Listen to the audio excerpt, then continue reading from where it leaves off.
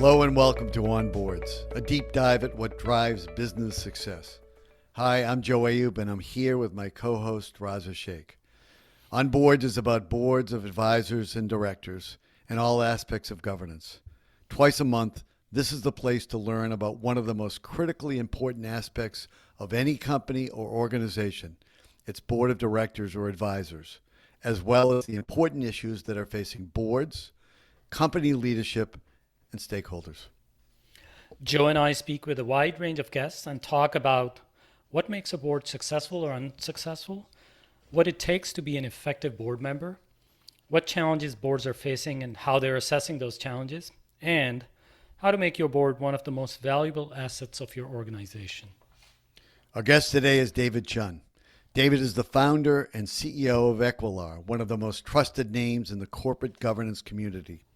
He has been recognized as one of the most 100 influential players in corporate governance by the National Association of Corporate Directors, NACD. He was recognized with the Disruptor Award by the 2020 Women on Boards and was named one of the outstanding 50 Asian Americans in business. David speaks regularly on corporate governance and board diversity matters, including events hosted by the Conference Board, Deloitte, Ernst & Young, KPMG, NACD, Nasdaq, the New York Stock Exchange, the Society for Corporate Governance, and Stanford's Directors College. David serves on the boards of the Commonwealth Club of California, PGA Reach, the Silicon Valley Leadership Group, and is a trustee of Committee of Economic Development, CED. He is on Catalyst's Women on Board Advisory Council and also serves on a number of other initiatives and boards. He's also a founding member of the Council of Korean Americans, CKA, and former board member of the Wharton Center for Entrepreneurship and Asia Pacific Fund Community Foundation of San Francisco. Welcome, David. Thanks so much for joining us today on Boards. Great. Thank you, Joe and Raza. Appreciate the opportunity to be here. David, can you tell us a little bit about your background before you founded Equilar? Well, originally born in Korea, grew up in northern New Jersey. Our ticket out of Korea was my dad being able to get a scholarship to study at the Fairleigh Dickinson University in Rutherford. I grew up in New Jersey. I did my undergrad at the University of Virginia and was fortunate enough after business school, or after undergrad, to work in consulting at Bain in Boston. And I worked at a software company before going back to business school at Wharton. I then went back to Wall Street, worked in investment banking for DLJ, Donaldson, Lufkin and Jenrette. And that was really the transformative experience for me to really learn about data, what's out there, spend a lot of time going through SEC filings and recognize that, hey, there's an opportunity to potentially build a business around this data. In 97, my wife and I moved out to California to help open up the DLJ Menlo Park office right in the heart of Silicon Valley. And when you're out here, especially in the late 90s, everybody wanted to start a company. And so I said, hey, it's not going to get any easier for me. Let's go ahead. Let's give it a shot. Looks a lot easier from the outside. Kind of once you get in, you realize, wow, it is hard. That's the reason 90+% businesses never make it beyond a couple of years. But we were fortunate enough that we happened to be in the right place at the right time, stumbled in this corporate governance arena in 2000, 2001. Literally as Enron and Anderson and some of those corporate governance issues that came to the surface, and just happened to be at the right place at the right time with executive compensation data that is essentially the foundation of our business. And that's when you founded Equilar, David. Maybe talk about what Equilar is today, your product and your customer. Yeah, absolutely. So the core part of our business is around compensation data. We mine the compensation that's disclosed in annual proxy filings. We also go through 8Ks, Form 4s. We also have a proprietary survey where we collect data, compensation data that companies provide as part of a broader survey. And we've got close to 1,000 companies that use our data for various benchmarking purposes. You'll see us often cited in the New York Times, the Wall Street Journal, CNBC, and others where they're looking for pay statistics. And while collecting the compensation data, we've been building a people database in the background. And so that's allowed us to launch our next product, which is called Board Edge. and companies are using that to be able to source board candidates. We have just crossed 1.2 million profiles in our data set of anyone who's been an executive or board member of a public company, private company, nonprofits, and others. And so we are excited about how that's become also a way to better serve our clients. As we all know, board diversity is a very hot topic right now on the agenda of every board, public, private, nonprofit, and others. Within our Board Edge product, we built out the Equilar Diversity Network, where we partnered with over 50 different organizations to help match the demand and the supply for diverse talent. And so we're pretty excited and proud of what we've been able to accomplish in that area. David, that sounds tremendous. Sounds like it's an aggregation of a lot of data, not only available publicly, but also proprietary data sets. Are you bringing that data in and then enriching it with more information to provide it in a more useful manner? Yeah, absolutely. What we do is we're aggregating information that's publicly available, whether it's an SEC filing, corporate websites, various public sources. We also allow people to claim their profiles. So people have gone in, they've enriched it, and in particular have added important metrics like their ethnicity or their sexual orientation and disability, veteran status. Because what we want to, and when companies, we want to make it much easier for our corporate clients and search firms and others who use that database to find these candidates. We've made it very easy. We don't charge candidates to come in and claim their profile. We encourage people to add it, because when that company says, hey, we're looking for a woman who's Asian, Black, or Hispanic, we want to show as many qualified candidates as possible and not struggle to have to find them.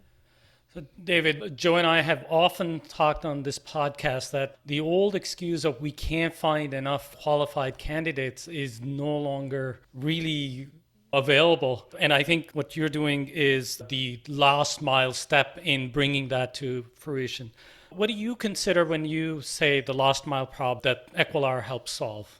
Yeah, it's a digital solution, it's technology, it's a big data opportunity where there are, like I said, 1.2 million candidates. Having a lot of data is not the answer. But the key is getting to the right data as quickly as possible. And so literally, when somebody says, oh, I can't find candidates, I said, hey, do you have 10 seconds? We show them our search page, click a couple of buttons, and then they're like, oh my God, there's so many people. And then what I love was when people are like, oh, there's so-and-so. I forgot about so-and-so. I forgot about this person. I forgot about that.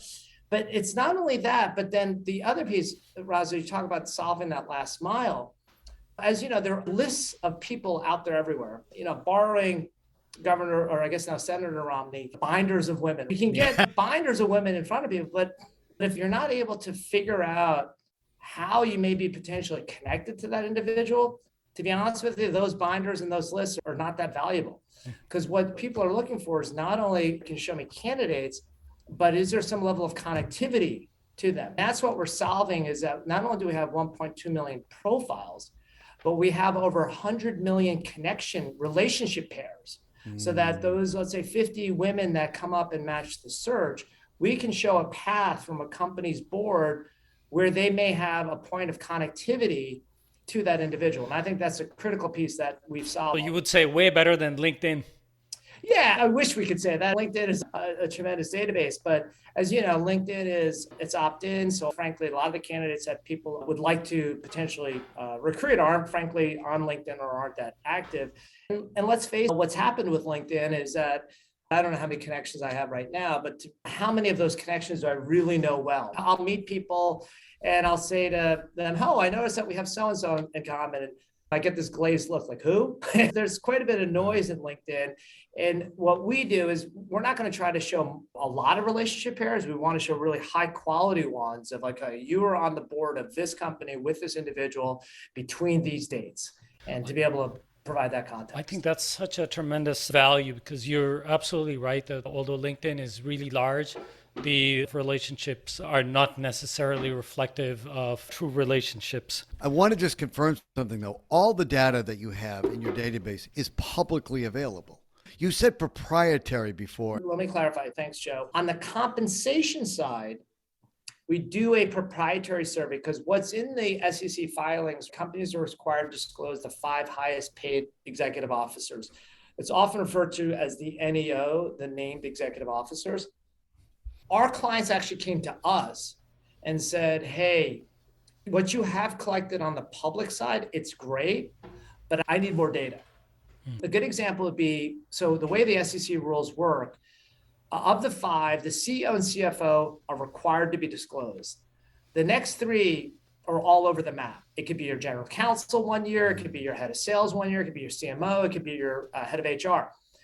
If you're only using the SEC data for those, let's say you want to benchmark your GC, you're going to naturally skew high because it's only going to be the highest paid GCs that get disclosed. Right. What has happened is we now have the GC data for pretty much everybody for within large and mid-cap audience. And so you get a much more accurate view if you're trying to benchmark what a GC should get paid. That's the proprietary data. We're collecting compensation data that's not publicly available. The other piece I should clarify, though, on the board edge recruiting side, there is some proprietary data that we do collect where individuals come in and they claim their profile. So they'll add information, for example, like the ethnicity and the sexual orientation, because we're not guessing that stuff. So we're letting people, hey, if you want to add that, that's yours. And what's shared when somebody uses we provide the source of every data element where it comes from. Did it come from, and you can click to the SEC file and to show where it came from. If the user provided it, we'll say source the user's name. None of it is private in the sense that whatever is not actually public has been shared with you by the person that has the information. That's really important for people to understand. Yeah, exactly. We don't let people go in. It's not a Wikipedia. We don't have people adding stuff to somebody else's profile. It's really, okay, your profile, you own it. You decide what you want to add to it. So let's talk about the partnership with Nasdaq, because I found that fascinating. Talk about how that came about, when it came about, and what drove it. Yeah, okay. Nasdaq has been a tremendous partner for a number of years, and we co-host the Board Leadership Forum at the market site. Fingers crossed we'll be able to be there again on April 5th, so we'll have that one coming up. But they also use our products. And so Joan Conley, their corporate secretary, big fan of our database, could use it for her own board searches for Nasdaq's own board. And the summer of 2020, Nasdaq contacted us and said, hey, we want to partner with you around your board edge. We had no idea what was going on at the time. And we're like, sure, why not? People know Nasdaq and yeah, let's do something there. Then, as we all know, in December of 2020, the Nasdaq made their announcement of saying, hey, going forward, Nasdaq listed companies will now be required to disclose the makeup of their board, and we'll need to include a woman and a person from one of the underrepresented groups, an ethnic group or LGBTQ. And if the board does not have the 2 diverse candidates, we'll need to explain why they don't have the 2 diverse candidates. That's when we found out that this was happening. And what we feel really great about is that since Nasdaq was using our products and they had this big vision of what the broader ESG vision, and my guess, and I don't know this for sure, but behind the scenes over at Nasdaq, when they were putting this together, saying, hey, if we're going to go out this and ask Nasdaq listed companies to set a new standard, how do we help them? And I think that's honestly maybe where Joan said, hey, we've been using Equilar. It's a great database. Let's work out some type of partnership with them. So yeah, we're honored to be part of that, to be working with them, with all their listed companies. And Nasdaq being a technology house, very focused on ESG, it blends in well with what we're doing. They're able to offer to their companies, here's a resource. If you don't have the requisite diversity or you want more diversity, here's a place you can go to get it. Oh, and beyond, or you need help on your board search process. It's not limited to just that. And full disclosure, we do give trials. So we give 3-month trials to all Nasdaq listed companies who want to try for it. And it's up to them if they want to continue to have access. But as part of this is that every Nasdaq listed company has access to this database for a relatively short period of time to be able to get enough data out to be able to build a pipeline of candidates. But the product is more than just sourcing candidates, because there are competitive intelligence that they're able to track. They get alerts around changes across their peer group of like board members that have been added or stepped down, executive transitions. There's quite a bit more than just sourcing candidates as part of the overall solution. Real-time updates on people. Personnel changes. Yep, exactly. Right. And frankly, some of the changes that we track never make a press release. Somebody's the chief marketing officer was taken off a website. It's like, oh, what happened there? But that is part of the intelligence that we're tracking. Yeah, we talked about earlier was one of the things that really strikes me is that one of the great strengths is that you can enhance the database of virtually any other company. So they don't see you as a competitor to them. Example that some people might think about, executive search. Well, of course, they have their own database, but some of them actually come to you and enhance their database. Yeah, absolutely. It goes beyond executive search. It's private equity space. If you think about any relationship-based business where relationships play a critical part of one's success, because what we're bringing is not only backgrounds and profiles of individuals, but also their network that we've captured of overlapping work histories where they've been on boards together, where they've been executives together. We've had this for the last 20 years. That ability to enrich and enhance, it's actually pretty horizontal play, which we're pretty excited about. And you'll see over the course of the year, some exciting partnerships we'll be announcing. Yeah, and one of the things you had mentioned about board recruiting is I think people that do it know it's not a one and done deal. You go get a candidate and now you're done. Now you don't need the resources. What you're basically offering is the opportunity to maintain a fresh list of candidates at all times, so that if you're doing the right governance stuff and you're looking at your board every year, or your non-gov committee is, you can always be refreshing your board by looking at a very, very robust database to access who might be a good fit for your company. Yeah, Joe, you nailed it on the head, because within our platform, we have something we call our network center. And so that's where our clients are maintaining their pipeline of candidates. So every quarter when that non-gov committee meets, they can export that and they can be assured that everything's been updated. So that if since the last board meeting, if somebody either joined a new board or stepped off a board, they don't have to recreate that profile. And we're maintaining it. And anyone who's in that pipeline of candidates, they're getting alerts like, hey, this candidate who said that he or she wasn't available, now all of a sudden is like, hey, I just noticed that you just stepped off. Let's catch up. Incredibly powerful resource. David, Equilar also has a partnership with NACD. Could Yes. you talk a bit about that as well? Yeah, so that just got announced, I believe that was December, but NACD has a certification program. They have a related initiative called Accelerate. And so we're excited. I think everyone who's listening to this podcast is probably familiar with NACD. And so just like Nasdaq, it's a great brand to be associated with. We're helping that rising to the next level of candidates and just exposing them and making sure that our clients are able to search and identify them. One of the things you said in talking about what you've built is that relationships open the doors for your family and for you. And it's kind of how the world works. And I kind of love the way you're thinking about that. Along those lines, the way we met you was through a woman who was a guest of ours not long ago by the name of Lisa Shallett. And I know that you were instrumental in helping her launch what has become Extraordinary Women on Boards. Yeah, absolutely. Lisa and I were introduced probably 5 or 6 years ago through a mutual friend. And Lisa's become a great champion, supporter, and dear friend of us. But yeah, I think about my journey. As I mentioned, we came from Korea in 1968. And now I'm sitting on a podcast with you guys to talk about boards. And how did I get here? So much of it is just along the way, just people like Lisa and others that I've met who've been very kind and generous with their time to make introductions to other people. Because we all know a warm introduction is so much more effective. Like if I came to you guys and said, hey, I want to be on your podcast, you'd be like, who is this guy? Like, why are we talking? But no, that's not true. Right? By hearing it from somebody who's credible, a former Goldman Sachs partner, sits on multiple boards, saying, hey, this is a great person to be associated with. And so, yeah, I just think for me personally, it's been people like Lisa who've opened doors along the way. That's really where I am passionate about our product, is to help people identify how they can find people, friends within their network, who can open up more doors for them to help accelerate their career progression. So that's what I'm very excited about, because so much of it is, especially in the Zoom world, we're starting to be able to do breakfasts, dinners, and lunches and stuff like that. But being able to find people within your network. David, I can also testify. Here's a guy coming as an immigrant here and doing a podcast. That's also because how I met Joe and we decided to do this podcast. Yeah, yep. Exactly. It's a great example. So let's talk about some trends. We have a few things that you had mentioned and a couple that we've picked up. When we talked last week and we said, what's the number one trend that you're seeing, the most powerful or impactful trend?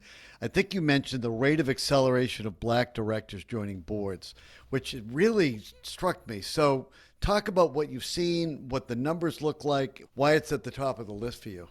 Yeah, without question, the tragic events that have happened, let me make sure I get the dates. I think it was summer 2020 with George Floyd and the whole Black Lives Matter movement. And it was a wake up call for corporate America and just recognizing, hey, have we done enough? What are things that we can do differently? And a lot of boards really took that to heart.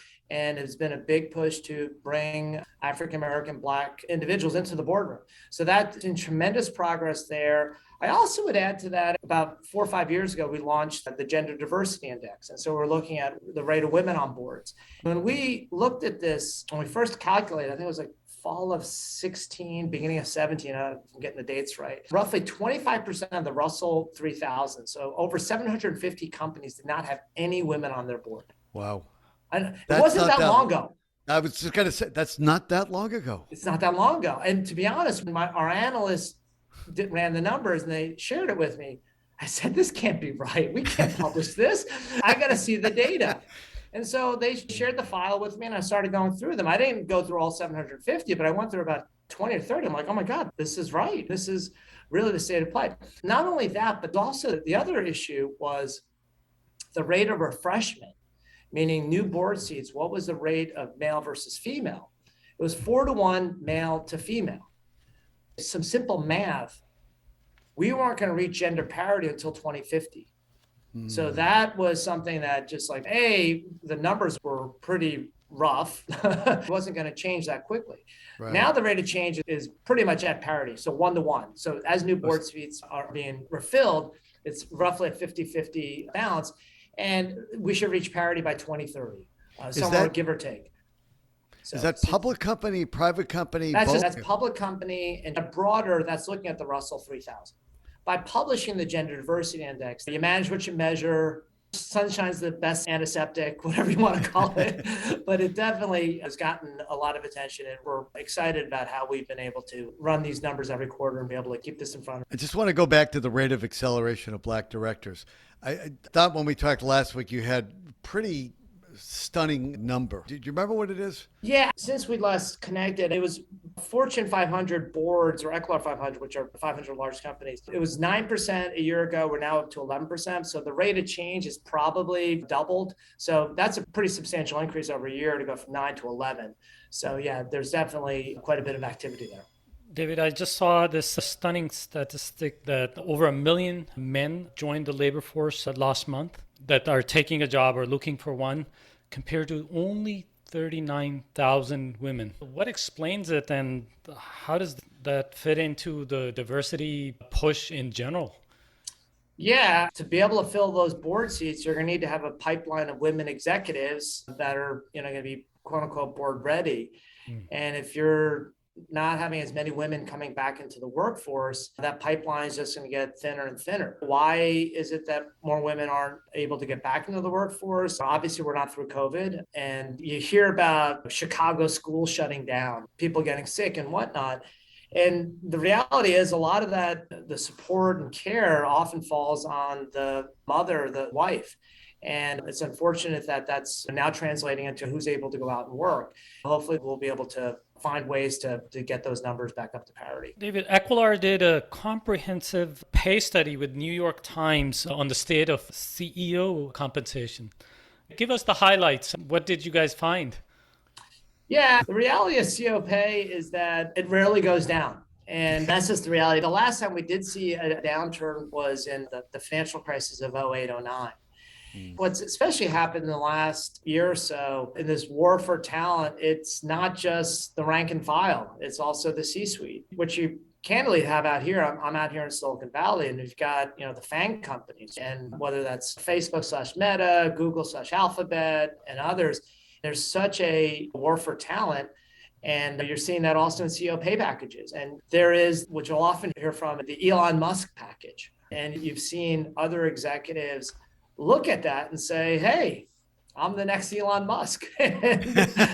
That's happened. And there are companies that if you go through the SEC filings, you'll see that there'll be a ladder of option grants that vest depending on stock price performance and other operating metrics. But like I said, that war for talent goes beyond just the rank and file. But it also shows that the gap between what CEOs are getting for compensation and pretty much everyone else really widened during the pandemic. Why so much in such a short period of time? Yeah, that's a great question, Joe. Honestly, I don't think it's the rate of change. I'd have to go back and look at the numbers. It may seem that the disparity has gotten bigger. Well, a lot of it, there's annual compensation and then there's wealth. The wealth side, that disparity is certainly larger, without question. And that is because of the outperformance of the stock market. And what drove that? The fiscal monetary stimulus, 0% interest rates, trillions of dollars of money going into the economy. So you definitely saw equity values go up tremendously. On the compensation side, I think that's really more the annual comp side, where the boards want to retain these key executives and put together these larger equity packages to retain them. Like I said, there's that concept of the Elon Musk package, which has certainly been debated in boardrooms, especially here in Silicon Valley. Hey, tell the folks that are listening, what is the Elon Musk package? Yeah, Elon Musk, God, I don't know how many years ago. I think it was about 5 years ago. The board wanted to retain Elon Musk, and they put together a package. He said, okay, I'd like to get a package of equity grants and basically a ladder of grants, depending on where the stock price is. And I believe there's some operating performance metrics, but the grants don't vest unless the stock hits their thresholds and trades over that threshold for trailing 20 days. And at the time, and I have to go back and look at the numbers here, but I believe the face value of the package was like $2 billion at the time. But as we all know, he's worth a couple $100 million now today because those values were the option grants that were discounted back. But now that those options are, several of the tranches are in the money, his wealth has obviously increased quite substantially. It's a good package. It was a very controversial package. And the reality is the investors approved it. It was put to a vote. Right. And the flip side of it is, if that stock price gets to where it is $1,000 a share, I'm going to be happy. I can't remember what it was as an investor. I'm sure it was before the 420 price. Yeah, before the 420. Right. I think it was somewhere like a double-digit stock price when this was together. The thing about comp is that you could have 100 people in a room and you have 110 opinions about this. At the end of the day, there are a number of shareholders, frankly, who are very happy. And they're like, hey, Elon deserves every penny of it. But I'm not saying that I'm in that camp. I'm just saying here are the various opinions around that. Does it go down to the whole C-suite? I thought you may have said that earlier, or is it primarily focused on the chief executive? Our conversation, entire C-suite. Is what we try. Right. David, it's been absolutely fascinating speaking with you. Thanks so much for joining us today. Thank you, Joe. Thank you, Raza. Really appreciate the opportunity and looking forward to doing more with you guys. Thank you all for listening to On Boards with our special guest, David Chun. We have a request for our listeners.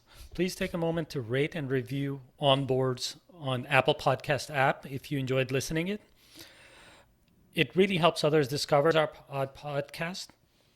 Also, you can visit our website at onboardspodcast.com. That's onboardspodcast.com. We'd love to hear your comments, suggestions, and feedback.